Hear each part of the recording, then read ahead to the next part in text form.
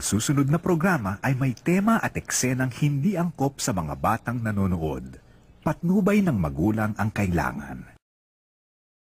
Ang kwento natin ngayong gabi ay tungkol sa matinding pagsubok at panunumbalik ng nawalang pananampalataya sa Diyos. Isinulat ito ng isang college student na nagngangalang Ana.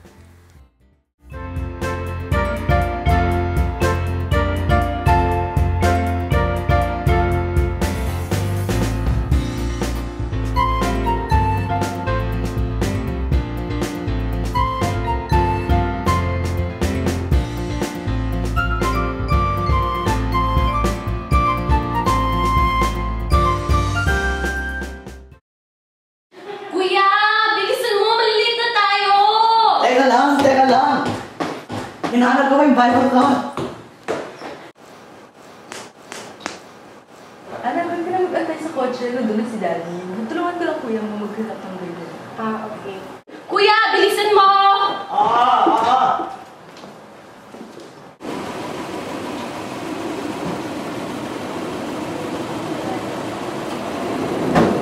Daddy, saan tayo kakain mamaya? Saan mo gusto? Kahit saan. Alam ko na. Gusto mo ng Japanese restaurant? Opo. Gusto ko ba yan? Sorry po. Hindi ko mahanap yung Bible ko. Okay lang yan. Hindi pa naman tayo late. Sige, alis na tayo. Dear Charo, masaya ang aming pamilya. Mahal na mahal namin ang isa't isa at malakas din ang aming pananampalataya sa Diyos. Bihira kaming mag-away at bihira din kaming makaranas ng problema sa aming buhay. Hanggat isang araw, May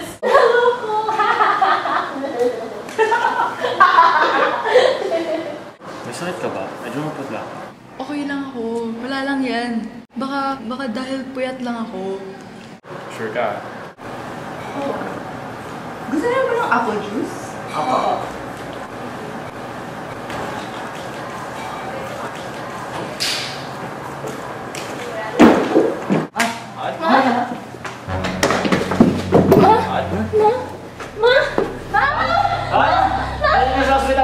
Yung kotse lang ko nito. Ma!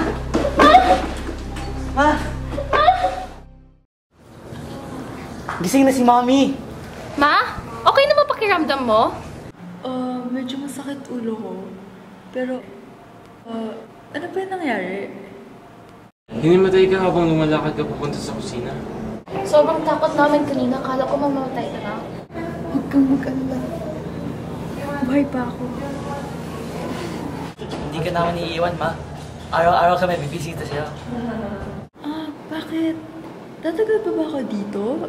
Ano sabi ng doktor? Di ba daw nila alam kung bakit ka namatay? Dito ka muna sa hospital for a few days. Halika mga anak. Let's pray for your mom. Sana hindi seryoso ang sakit niya. Huwag tayo mag-isip ng negatibo. Hindi bibigyan ng Diyos si Mommy ng seryosong sakit. Dahil mabuting Kristiyano siya. Paano si Pastor yung anak niya namatay sa dengue? Magtiwala lang tayo sa Panginoon. Basta ang alam ko, hindi niya tayo bibigyan ng problemang hindi natin kakayanin. Inalangin na tayo. Panginoon, salamat sa mga biyayang binigay niyo sa amin. Sana hindi malala ang sakit ni Mami. hindi bumalik ang sigla ni Mommy. Maraming tests ang pinagawa sa kanya at sa ikatlong araw niya sa ospital, lumabas na ang mga results. Mrs. Soriano, I am sorry to tell you this, but based on your blood tests, we have found out that you have stage 4 leukemia. Is there anything we can do? You can still do chemotherapy, and then, if it is successful, you can do bone marrow transplant. However, the chances are very slim. But I have seen other patients with worse situations succeed from this. Gagawin namin lahat ng pwedeng gawin, Doc. Alam na ba nila Rico at Ana? Hindi pa. Ako nang bahala sa mga bata. Huwag kang mag-aalala. Gagaling ka.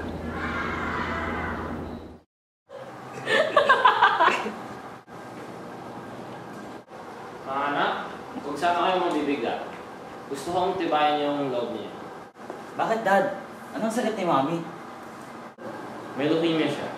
She will start chemotherapy as soon as possible. Hindi pwede! Bakit si Mommy? She doesn't deserve it! May maraming masasamang tao dyan. Bakit hindi na lang sila magka-leukemia? Kailangan natin maging matatag para sa mami niya. Kuya! Kuya! Huwag ka magalit. Let's just pray for mom. Nagsimulang mag-chemotherapy si Mommy kahit na stage 4 na ang cancer niya. Ayaw na sana niyang magpa-chemo, pero nagmakaawa kami sa kanya dahil naniniwala kaming papagalingin siya ng chemo. Ngunit nagkamali kami. Ang taning na 6 months na ibinigay ng doktor ay lalong umikli. Sa pangalawang round ng chemo ni Mommy, hindi niya ito nakayanan. Isang umaga, hirap na si Mommy huminga on her own. Mahiling ako sa'yo. Gusto ko gawin mo, ha? Oo, ano yun? Kapag hindi ko na kayang huminga on my own, please, huwag mo akong kakabitan ng life support. Hindi ko pwede gawin yun. Gagawin ko lahat para mabuhay ka. Oh my God. Huwag kang magsalita ng ganyan. Hindi kita pwedeng pakawalan. Ayoko ring iwanan kayong tatlo, pero nahihirapan na ako. Please, i-promise mo, huwag mo ako kakabitan ng life support. Promise. Magkikita ulit tayo sa langit.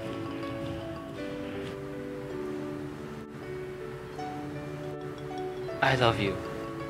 I love you too. Rico, Ana, kausapin niyo na ang mami niyo habang narinig pa kayo. Sabihin niyo na lahat ng gusto niyo sabihin. Hindi mamamatay si Mommy. Ipapagaling siya ng Diyos.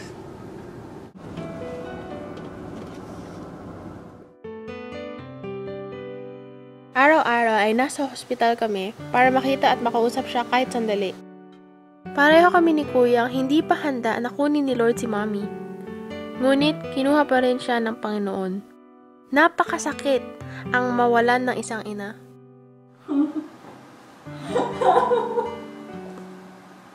Bakit mo kinuha si Mama?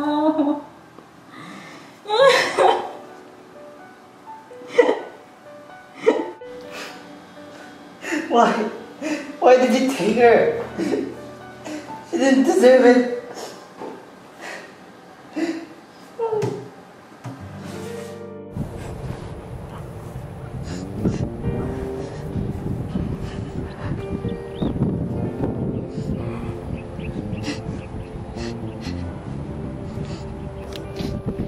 Nagalit kami ni Kuya sa Diyos. Tumigil kaming magsimba, magdasal at magbasa ng Biblia. Hindi namin naunawaan bakit niya hindi pinagaling si Mommy. Hindi pa man kami nakaka-move on ay may narinig kaming balita na nagpalala sa aming nararamdamang sakit.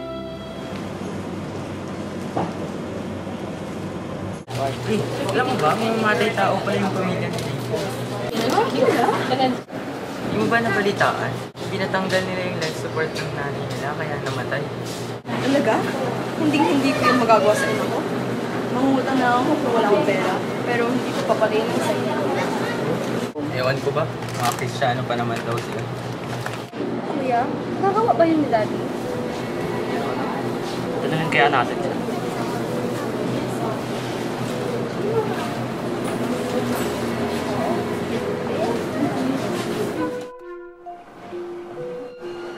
Dad, totoo ba itong narinig ko? Pinatay daw natin si Mommy? Rico, let me explain. Sa totoo? Bakit hindi mo kami tinanong? Wala pa kami karapatan? Rico, pakinggan mo ako. Pinatay mo si Mommy! Rico, Bakit mo pinatay si Mommy? Ana, Huwag mo hawakan. Bakit mo pinatay si Mommy? Pinatay mo si Mommy! How could you?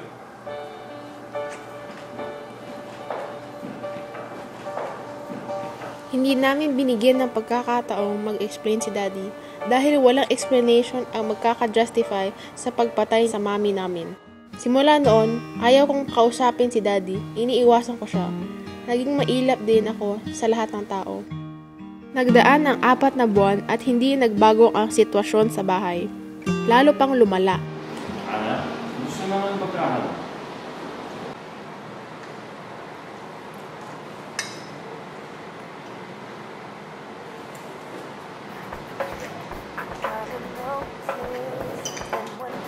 What's wrong, Ana? As if you don't know. Rico, tumawag ang home teacher mo sa akin. Marami ka daw bugsak na grado at nagka-cut classes ka pa. Totoo ba to? Kung totoo man, kailangan ko ba ipaalam sa'yo? Rico, ako ang tatay mo. Dapat lang na ipaalam mo sa akin kung ano nangyayari sa buhay mo. Bakit? Naisip mo bang ipaalam sa akin ang desisyon mong ipatanggal ang life support ni Mommy? Rico!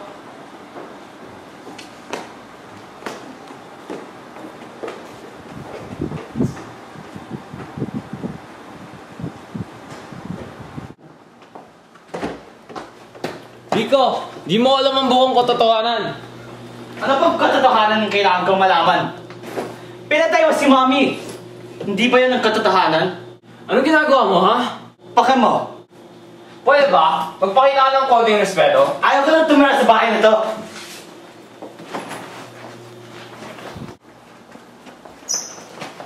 Saan ka pupunta, ha? Anywhere you're not! Rico? Rico? Huwag kang lalabas ng pintong yan! Or what? Papatayin mo rin ako? Kagaya ng ginawa mo kay Mommy? Rico, hindi mo alam.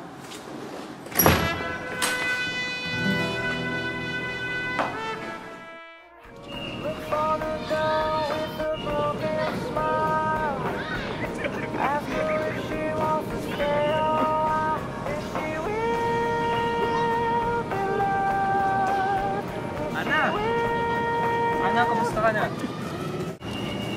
Okay naman. Kayo? Okay rin naman kami. Tagal na natin hindi nakikita. Hindi ka na rin nagpa-practice sa choir. Hindi naman kailangan.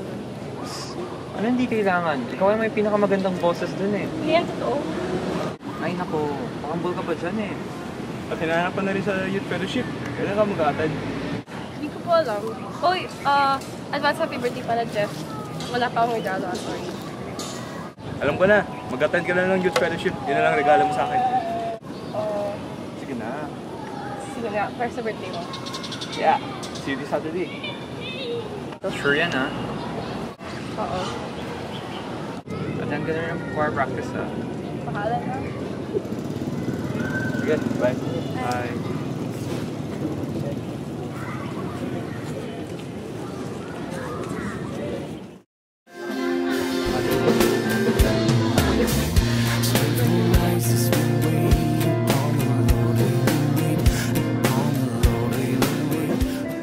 It is common for us Christians to hold grudges against people and not forgive them because sometimes it really hurts so much.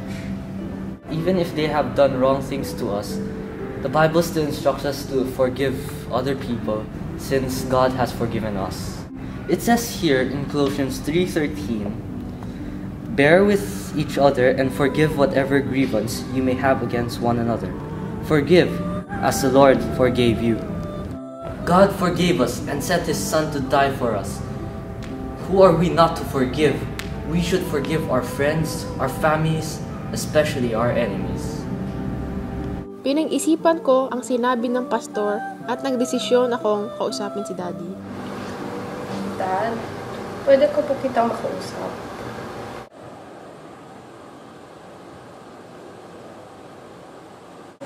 Dad, sorry po kung nagtapo ako sa'yo dati.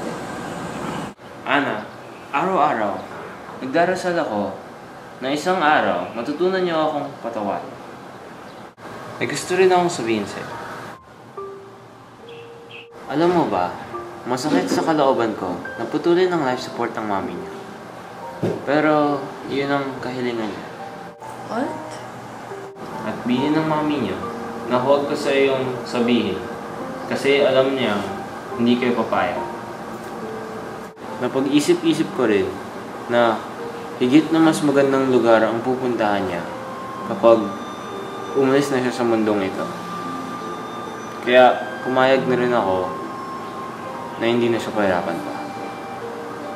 Sana pinakinggan ko kayo dati. Sorry po talaga, Dad. Okay lang yan, Ana. Sana lang na mapatawad din ako ng kuya. Okay lang yun, Dad. Ako lang bahala kay Kuya. Hindi sumagot si kuya sa text ko. Sinubukan ko rin siyang tawagan pero hindi niya ito sinasagot. Tinanong ko ang mga kaibigan niya pero hindi nila alam kung nasaan siya naroroon. Doon ko rin nalaman na hindi na pala pumapasok sa eskwelahan si kuya. Mag-iisang linggo nang nawala si kuya pero hindi ako sumukong i-contact siya.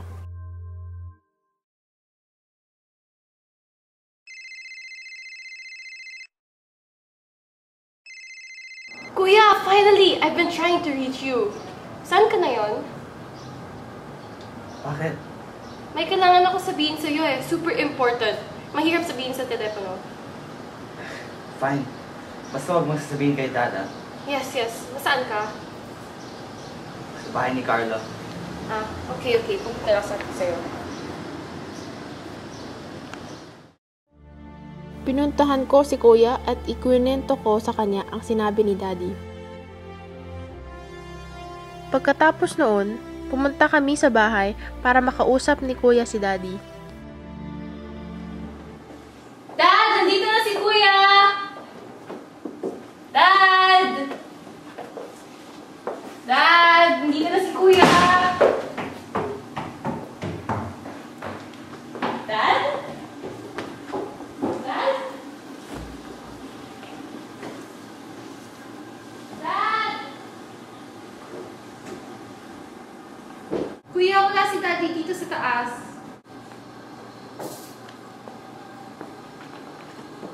Dad? Dad?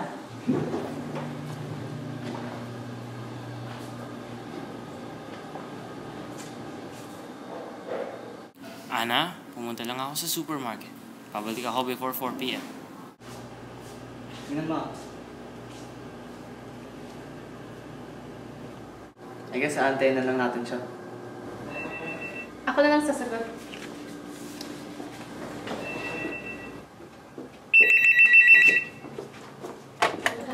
Hello? Ito po ba ang bahay ni Mr. Raul Soriano? Opo, ito nga. Ano pong kailangan nila? Pwede pong makausap ang asawa niya? Wala na po siyang asawa. Lumipas na po. Anak po niya ito. Bakit po? Huwag po kayong mabibigla. Na-aksidente po ang tatay mo. Nandito siya ngayon sa Medical City. Malubha ang kanyang kondisyon. Sige po. Pupunta na po ako dyan. Na-aksidente si Daddy. Nasa hospital na siya! Ano?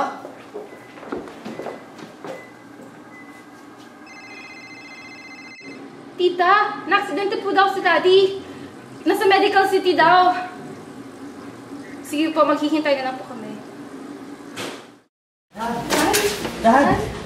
Dad, sorry po. Ang dami kong nasabi at ginawang masama sa'yo. Patawarin mo po ako sa mga kasalanan ko. Rico, salamat na bumalik ka. Dati pa kita napatawad. Sorry po, Dad. Sorry po. Okay lang yan. Ana, Rico, ano man ang mangyari sa akin, tanggapin natin. Dahil ito ay kalooban ng Diyos. May dahilan ang Panginoon sa lahat ng ginagawa niya sa akin. Gusto niya, nagtiwala tayo sa Kanya. Opo. Gagaling ka, Dad.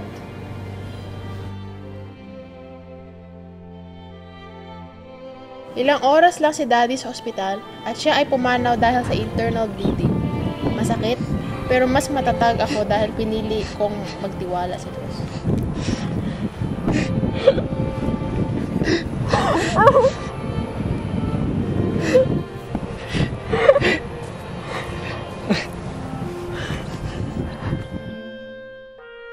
Tumira kami sa aming tita hanggang sa makagraduate kami ng college. Second year college na ako ngayon at bagamat ulila na kami, mayroon naman kaming isang ama sa langit na nagpapatnubay sa amin. Sana po ay nagbibigay aral ang aking kwento. Nagmamahal, Ana.